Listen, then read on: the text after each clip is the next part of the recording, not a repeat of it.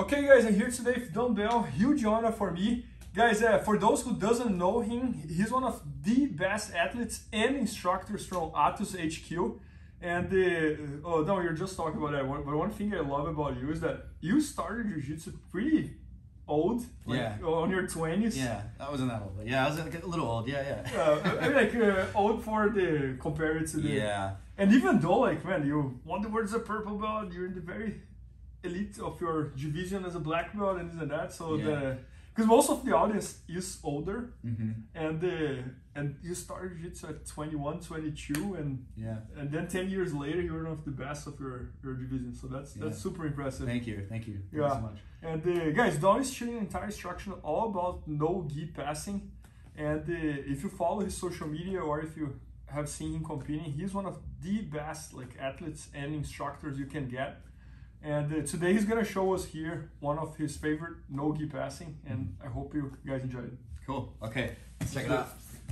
Okay, so Bernardo, this is a knee cut I like to do from the headquarters position, and I started doing this around like purple belt, and just realized this really worked for me. I'll show you like what it looks like first, and then I'll just kind of break down the concept a little bit. Okay. So we're starting in the headquarters. I'm breaking the headquarters down. I'm pinning the knee in the shoulder. I start to kill the De La Riva side, and now I'm sitting on your hook right here. I'm gonna angle myself out, almost like you've off balanced me in De La Riva, but it's really gonna expose a knee cut for me. So I'm gonna start to lean forward on your hook, post next to your head, and then I drop my knee at your shoulder line. So I'm gonna be here, kind of encroaching on your like half guard space over here. Yep. And now my leg is completely stretched out. Typically you're still gonna control my ankle, but you leave the underhook wide open. And I also have some control in you controlling my leg to pull you off of your back and onto your side. So I reach for my underhook, and I'm gonna retract my leg. So feel this control right here. I can pull my leg to myself. Got it. I'm gonna use this, and my hand is the underhook to pull you all the way here and drop my knee inside. And if you can feel behind your back, I'm kind of holding onto your shoulder. You don't let my back go. Yeah, I don't let your back go to the mat. And now I start to bring my chest in front of your shoulder. I get my underhook deep, and I think about bringing your shoulder flat to the ground and getting my underhook and finishing my pass here, like this. Oh, that's awesome. One more time. Yeah. So, When I'm breaking this De La Riva down, all I usually think about doing is going from this standing position where my shin is vertical with the ground to more parallel. So you see how you're holding my ankle close to your hip? If I try to crouch down here, my weight is falling backwards, and you don't really feel any of my pressure. Right? So I work with my knee, I turn it towards your hips.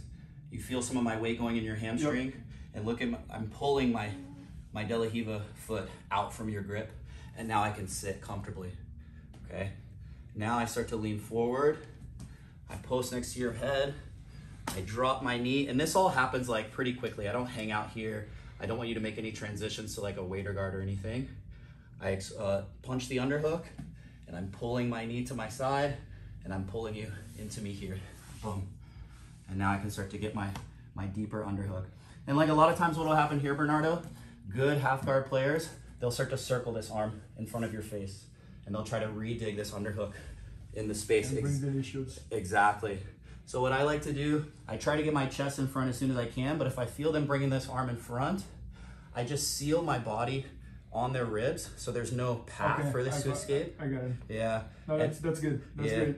And now I can get an underhook with my far arm, and I can use this control to start to pin and finish my knee cut here.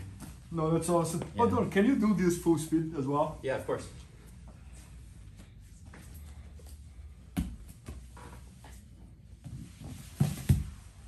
Man, that's awesome. That fits, everything fits so well together. Yeah. I love this one. And one more question, can you stand up again? Yeah. So, okay, you're here, so you pin my leg, right? And put my shin between there. Then you get the headquarters here, right?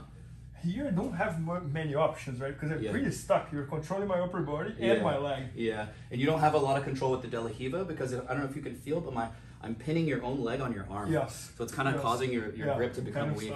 Yeah. And then when you transition from here to the knee cut, that might be the only time you gotta go kind of like quick, right? Yeah. I could maybe go to halfway or something. Exactly. Yeah. So I step first, and I lean forward and I start to post, and I'm already mentally thinking about this hole right here.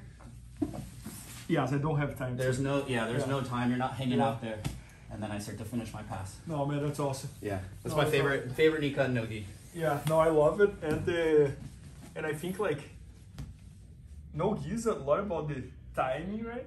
Yeah. And it's cool because you start kind of slow, but there's a time that you really shoot for the move, right? Yeah, you pick up the speed. I feel like it kind of lulls them to sleep a little bit because the pace is very slow, and then before you know it, like you have a ton of control, and they have a really bad angle without any frames, you know? Got it. Yeah. Got it. Oh, no, and Jiu-Jitsu question here. Did you do anything specific in order to get kind of good so fast in Jiu-Jitsu? Because, I mean, like, I think if you start Jiu-Jitsu as a kid, it's kind of natural that when you were like 18, 19, 20, you were good. Yeah.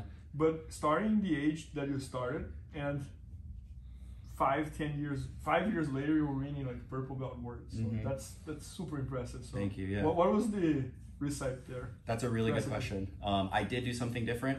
I would train with intention. Just like I would go to like a college class and I would do homework and study. That's how I approach jiu-jitsu. So like an example of that would be if I had a training session, I would have a journal and I would write down every roll I had, every situation that I lost, and there would be a reason that I lost that position. And then I would go to like everyone better than me and I would ask them like, what is your answer to this? And I would get like 6 things, practice them, install them in my game, and I would just continue that process. No, that's awesome. Yeah. And another thing about you as well is like in this meantime between you started Jiu-Jitsu and today, you also got black belt in judo, right? Yeah, I love judo. That's incredible. Yeah. No, and I remember like first time we filmed with André Galvão, he mentioned you. He was like, "You guys gotta film with that guy because he's one of the best instructors that I ever seen." So yeah. Oh man, that's awesome. Thank you. Yeah, so guys, make sure to check it out. Don is filming an entire instructional all about the no-gi guard passing. And as you guys can see, he's a really good instructor. He knows a lot about every single details. So make sure to check it out. It's going to be at IBJJFanatics.com very soon. And maybe by the time you're watching, it's already there. So awesome. Thank you, Don. Thank you, Bernardo. Please help me out to grow my YouTube channel. Just click subscribe. And to watch more videos, just click under see more videos. I hope you enjoyed. IBJJFanatics.com. Use the promo code YouTubeFaria to get 10% off any instructional video. Improve your jiu-jitsu faster.